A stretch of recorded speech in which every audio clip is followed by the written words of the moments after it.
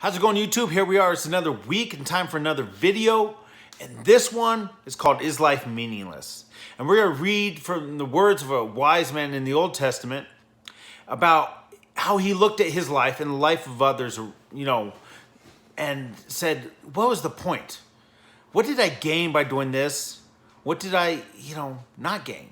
What was the meaning of this life? What can I keep? What can I take with me? Right? And it's in Ecclesiastes we're going to read. We're going to jump down a couple times in this book, but we're going to start in Ecclesiastes 2, 8 through 11. It says, I amassed silver and gold for myself, and the treasure of kings and provinces. I acquired male and female singers, and a harem as well, the delights of a man's heart. I became greater by far than anyone in Jerusalem before me. In all this, my wisdom stayed with me. I denied myself nothing my eyes desired. I refused my heart no pleasure. My heart took delight in all my labor, and this was the reward for all my toil. Yet when I surveyed all that my hands had done, and what I had toiled to achieve, everything was meaningless, a chasing after the wind. Nothing was gained under the sun. And he says, look, I was rich. I had everything, kings and entire nations and provinces would want. I had all this. I had male and female people to just sing for me and keep me happy, right? I had a harem, if you get what I mean, right? He says, I had all this stuff. I had as many women as I wanted, right? It says he was far greater than anybody in Jerusalem before him. He refused himself no pleasure. He did whatever he wanted, right? There was nothing he couldn't do. But when he looked back over it, he said, what did I gain for this? He said, it was meaningless. I was chasing the wind. I was chasing something that was unachievable because as much as I had that, I wanted more, right? It was not any gain to me. Because in the end, he says later, everybody dies. And you don't take it with you. You might be able to leave it for somebody, but it might do them more harm than good. It might just be gone immediately. You're not going to take it with you personally. And if you think, hey, I'm leaving this legacy, people forget about you, right? And so that's what he sees when he looks over what he had done in his life.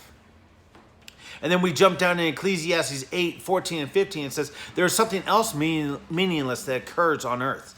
The righteous who get what the wicked deserve, and the wicked who get what the righteous deserve. This too, I say, is meaningless. So I command the enjoyment of life, because there is nothing better for a person under the sun than to eat and drink and be glad. Then joy will accompany them in their toil all the days of their life. God has given them under the sun. Okay, so we look at this and we say, the wicked get what the righteous deserve and the righteous get what the wicked deserve. So what's the point, right? It's meaningless. It's saying just be glad with what you have regardless, right? That's what he's saying here. And he goes on further in Ecclesiastes 9, 1 through 2. It says, so I reflect on this and conclude that the righteous and the wise and what they do are in God's hands. But no one knows whether love or hate awaits them. So he's saying, if you're righteous and you're wise and you're whatever, it's in God's hands what he does, he gives you, and what he doesn't. And you don't know if it's going to end up being that you're rich and that, or if you're poor, right? And you don't even know if you're going to be happy if you're rich or happier if you're poor, right? All share a common destiny, it says. The righteous and the wicked, the good and the bad, the clean and the unclean, those who offer sacrifices and those who do not. As is with the good, so with the sinful. As is with those who take oaths, so with those who are afraid to take them. We all go to the same place. We all die. That's what he's saying. And we all will see judgment. And he goes on to say this in Ecclesiastes 12, 13 through 14. And this is kind of the conclusion of what he sees, right? It says, now all has been heard. Here's the conclusion of the matter. fear God and keep his commandments. For this is the duty of mankind. For God will bring every deed into judgment, including every hidden thing, whether it is good or evil. And so he's saying, so all this, all life, this is the conclusion, that you fear God and keep his commands, because you're going to see him in judgment, right? So I ask you, if the meaning of life is to fear God and keep his commands, right, then where are you? And what's even more, stands out to me on this is it says whether good or evil. See, Solomon in the Old Testament, he knew that those who don't choose Jesus were going to be judged for their evil, the evil they had done, right? They're going to see judgment for that. But he also knew that those who chose Jesus, who chose salvation, would be judged for their good, the good they had done in their life. You see, whether you're saved or not, you're still going to see judgment. It's just which one. So if you're unsaved, are you ready to see judgment before the creator of heaven and earth? And are you going to sit there and say, well, I guess I'm getting judged for my deeds? And you think, well, I'm good. God says there's filthy rags, right? There's so much bad that, it doesn't matter, right? You're so far short of the goal of what you were trying to achieve, of being good, that you don't even realize it. It was all for none. It was all meaningless.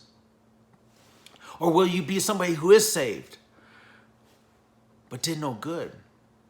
You see, it says when we're judged for the good we do, we're given these crowns. But then we go and we lay them before Jesus' feet because we know he deserves them. Because we love him and we want him to get what he deserves, we don't worry about us. It's kind of like, it's not the same, but it's kind of like the feeling of if you had wasted all your money away and then comes Christmas or somebody's birthday, your child's Christmas, your child's birthday, and not being able to buy them anything for Christmas or their birthday, and going before them and not being able to hand them anything. That ache in your heart, right? It's kind of like that. Or will you have done so much good because of Jesus that you have these crowns to lay before his feet and say, Lord, you're my reward. I give these back to you because you deserve them, right? Who will you be on the day of judgment? What is the meaning of your life? That's what he's asking. But I ask you, ask yourself.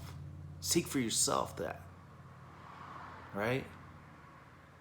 On the day of judgment, where will you stand?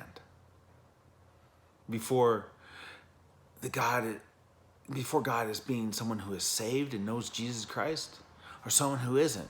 Before God, someone who is saved and has done good in their life, or wasted it all away and has nothing to show for it other than salvation? Where will you be? Choose today, right?